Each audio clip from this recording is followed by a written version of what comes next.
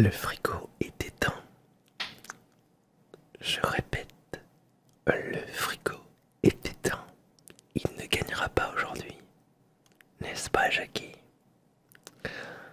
Mes salutations à toi, c'est l'APC.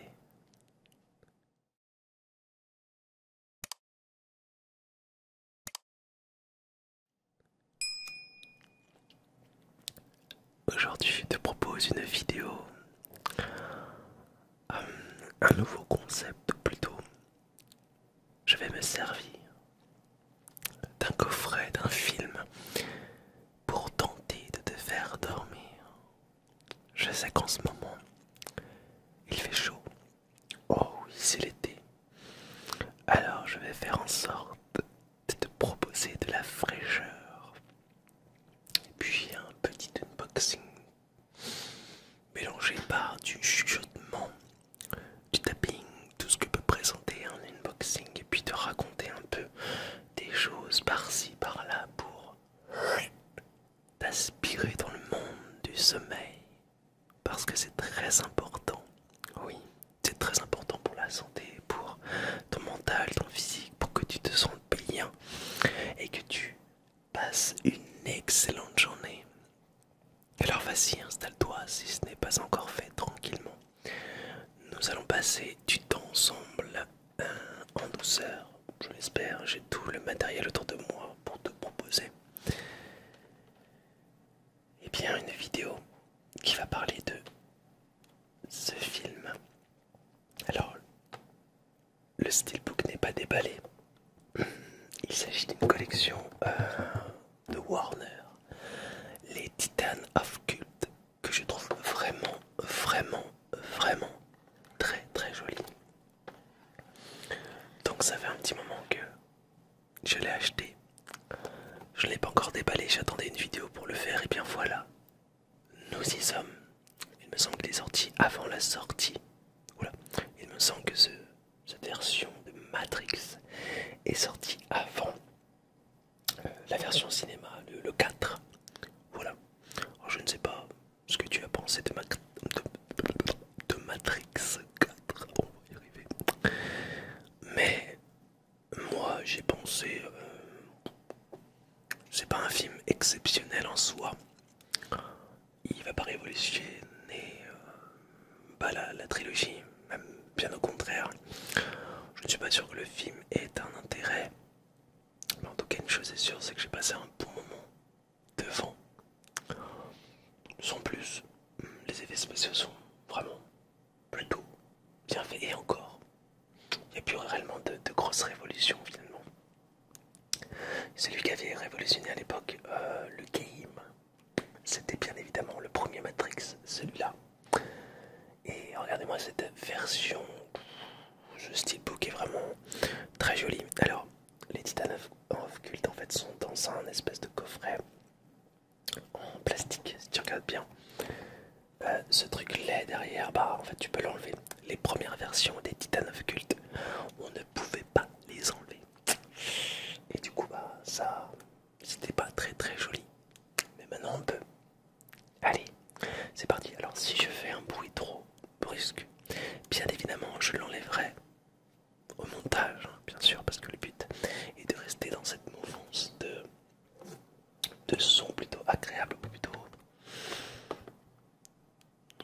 pas très fort, subtil. Oui, c'est mieux de dire ça comme ça. Subtil, tu vois, des bruits comme ça. Des petits bruits cumulés avec un peu de chuchotement. Alors oui, le premier Matrix, qui était une révolution. Hop. Ciseaux. Steelbook, plutôt coffret. Et c'est parti. Alors, hop, on va mettre un petit coup de ciseaux là. Voilà, comme ça déchire un tout petit peu l'emballage. Ça s'enlève parfaitement bien. Ouais, moi j'ai envie de te faire du travail de qualité. C'est très subtil. J'adore déballer les choses.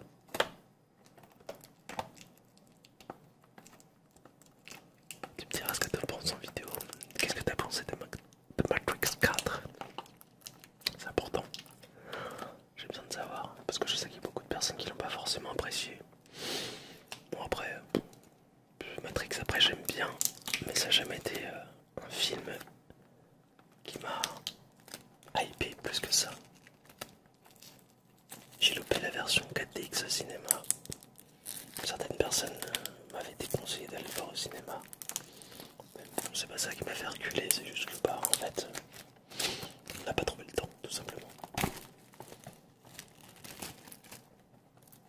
Donc on l'a pas vu au cinéma. Donc je l'ai acheté en steelbook, en Blu-ray.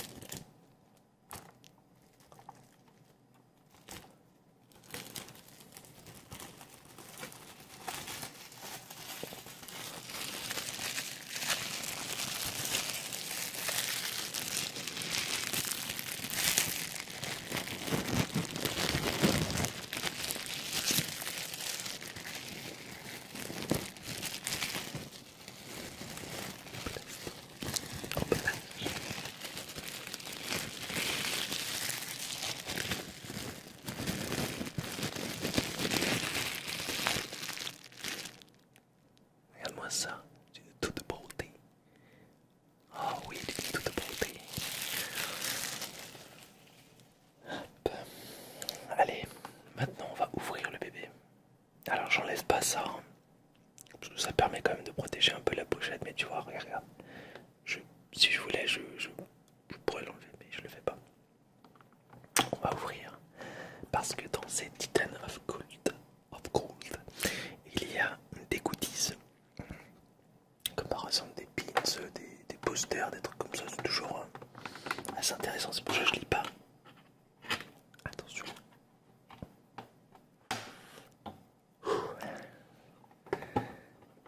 C'est pour ça que je lis pas forcément ce qu'il y a dedans, je veux pas me faire spoiler.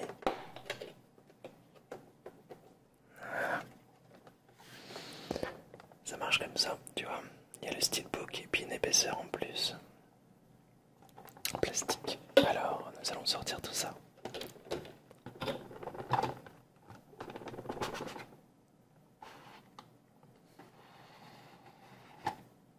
Voilà.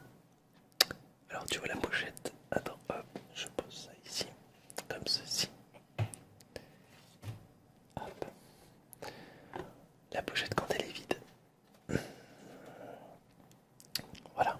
Donc il y a une épaisseur qui permet de donner un effet de profondeur. Donc c'est plutôt cool. Pochette ouverte. C'est fait. Alors, bon, est-ce que je te montre le steelbook maintenant ou pas? Non, on va voir ça plus tard, bien évidemment.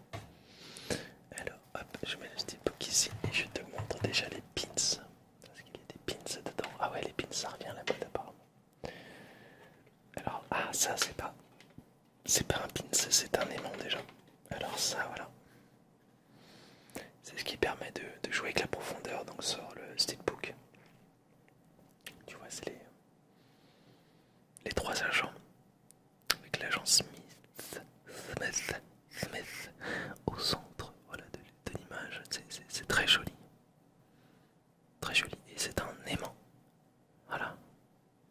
Un aimant. Voilà, voilà. Bon, c'est pas. C'est pas un truc de fou. Hein. Ça révolutionne pas le truc, mais bon. Oh la vache. Alors attends, l'aimant vient de se coller sur mon steelbook. Je suis désemparé. Ah non, moi je te montre pas. Voilà, bon, l'aimant on va le mettre là, on va éviter. Et le steelbook on va le mettre de ce côté. Maintenant le pins. Ça fait un bruit. Oh la vache. Ils sont fous ces gens. Qu'est-ce que c'est que ces emballages? Voilà. Voilà le pins. Alors il est un peu marqué je trouve. C'est bizarre. Voilà, voilà. Je sais pas si tu vas bien voir, mais oui, je pense que oui. Je vais le tenir comme ça. Hop. Comme ça tu pourras lire tranquillement. Ah, c'est tout un métier. Hein. D'être youtubeur ASMR, c'est fou. Est-ce que ça fait des petits bruits? Oh. C'est subtil. Donc voilà, c'est un petit pins qui tient très bien puisqu'il est maintenu par deux pics, je sais pas comment on appelle ça. Voilà, le petit pins Matrix.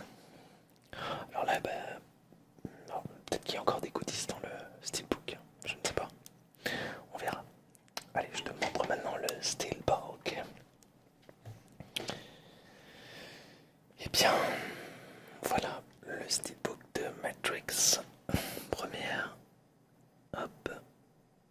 vraiment joli, simple mais efficace, hein. Franchement, c'est très beau, c'est sombre, c'est matrixien, c'est génial. Et là de l'autre côté, hop. Alors qu'est-ce que c'est que ça? C'est la machine qui permet d'extirper, il me semble. Enfin, je sais pas, non, tu me diras ce que c'est dans les commentaires. Je me demande, c'est pas la machine qui permet d'extirper l'espèce de parasite qu'a Neo dans le film à un moment donné. Ouvrons le steelbook pour voir s'il y a d'autres goodies. Wow, il n'y a aucun autre goodies. Donc, on va rester avec deux pins. Enfin, un aimant et un pins. Je suis un peu déçu. Mais bon, c'est ainsi. On va le mettre droit pour que tu puisses voir les... Vite, vite, vite. Voilà. Regarde-moi ça. Donc ouais, c'est joli quand même. C'est une belle pièce de collection. Je suis un peu déçu quand même parce que il y avait des steelbooks avec beaucoup plus de trucs, ouvrant des posters, des petits goodies, des petites cartes, des choses comme ça. Et lui, bah, ça reste en somme quelque chose de plutôt simple. Bon, après, c'est ainsi. Mais pour un film comme Matrix, quand même, je m'attendais beaucoup à beaucoup mieux. Alors, maintenant j'ai envie de parler un peu de Matrix. Et en soi, il y a beaucoup de gens qui ont été marqués par ce film. Alors moi, je l'ai un peu découvert sur le tard. J'ai pas eu ce côté hyper... j'ai pas été attiré par ce film. Je me rappelle, c'était un peu stylé, on voyait des extraits un peu partout. C'était vraiment une révolution à l'époque, hein. Je parle en 99-2000, dans ces eaux-là. Il est sorti en 2000, en 99 le film. Et c'est vrai que quand j'ai vu le film, bon, ouais, je pense que j'étais pas assez mature pour comprendre en fait le sens. Le sens de ce film, moi, c'était plutôt le côté action, tout ça, tu vois. Je regardais simplement sans forcément. C'est pas mal. Je regardais le film sans me poser de questions. En fait, voilà, je regardais la forme sans me confronter au fond. Au fur et à mesure qu'on regarde le film, enfin qu'on grandit, enfin que moi j'ai pris en maturité peut-être, pas encore un truc de fou, je suis pas encore mature de fou non plus. Ouais, mais bon, voilà. Au fur et à mesure, eh bien, j'ai commencé à comprendre les messages et puis l'espèce d'engouement. J'ai compris pourquoi il y avait eu autant d'engouement sur ce film, ces films. Tiens, on va faire un peu de tapping, tiens, voilà. Non, c'est plus agréable ça. C'est plus agréable ça. Donc oui, j'ai compris. Mais ce qui est remarquable dans Matrix 4 finalement, c'est que finalement la réalisatrice, j'ai l'impression qu'elle a voulu nous dire une chose. C'est que son message a été très mal interprété. Voilà, parce qu'on parle de pilule rouge. Et tout le monde a pris un peu ce prétexte, cet argument pour plein de choses, les théories du complot, etc. Enfin, plein de trucs en fait. Maintenant, cette espèce comment on appelle ça, de phrase, enfin plutôt de texte. Enfin, je trouve pas mes mots, je suis désolé. Mais ce red pilule, la pilule rouge, ouais, t'as pris la pilule rouge, etc. Enfin, maintenant c'est dit pour nous tout et n'importe quoi. Et c'est un peu ça que dénonce Matrix 4 finalement. La déformation de l'information, plutôt la réinterprétation de l'information, mais après c'est complètement humain. Et c'était peut-être finalement logique ce qui est arrivé. Ouais. Donc voilà. On l'a regardé il y a peu avec ma chère et tendre. Le premier Matrix est toujours pour moi révolutionnaire en soi. Il est vraiment bien. Tu sens qu'il y a une structure, tu sens que... Waouh, tu te dis, ça a été travaillé, vraiment beaucoup travaillé. Mais quand on arrive au 2 au 3, bah c'est plutôt pareil. Ouais, c'est moins percutant.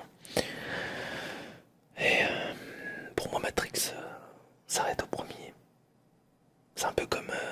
alors non, c'est bon, j'allais dire c'est un peu comme Terminator, mais en fait non, Terminator pour moi il s'arrête au deuxième. Voilà, c'est tout. Après il y a eu des suites, mais...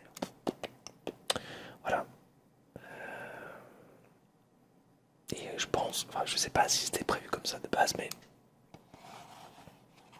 je crois pas, je crois que c'était prévu comme étant plusieurs arcs. Mais il y a quand même pas mal d'informations dans le premier Matrix et je trouve que ça se suffit. Et après, l'imaginaire aurait pu faire le reste finalement. Je sais pas ce que tu en penses, moi j'aimerais avoir ton avis. Et petit à petit, tu sombres peut-être dans le royaume des rêves, et je l'espère fortement. Le royaume des rêves rempli de Matrix, rempli de pouvoir, tu fais ce que tu veux, tu es un peu ton Néo. Tu es ce Néo dans ton rêve, tu fais ce que tu veux. Voilà, si tu as envie de voler, de voguer dans les airs, tu peux. Si tu as envie de déformer un bâtiment, voilà, de rebondir aussi sur les murs, et bien tu peux, puisque les murs sont de mousse. Ah, voilà, la cuillère n'existe pas, donc le mur n'existe pas. Tu peux imaginer finalement que c'est une couette, voilà, que c'est un étreton géant, et que tu rebondis, tu vois, comme quand tu étais petit, quand tu allais dans les châteaux de mots. Ouais, je pense que ça peut être bien de voir le monde ainsi. Ton monde des rêves, hein, bien évidemment, parce que dans le monde réel, bah, la physique te rattrape. Hein. Si tu tombes, bah, je bloque. Je bloque. Mais dans ton monde des rêves, quand tu tombes bas, ça fait boum. Tu repars, tu fais comme tu veux. C'est ça qui est génial. Ça, c'est formidable, c'est fantastique. Dans le monde des rêves, on fait ce qu'on veut. Voilà, j'en ai fini avec mes bêtises.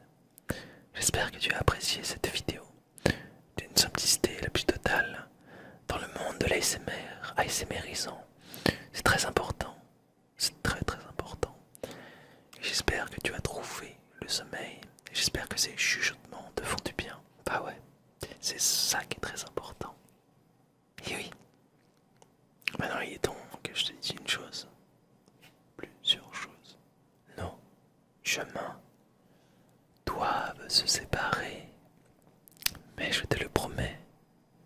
Mais oui, je te le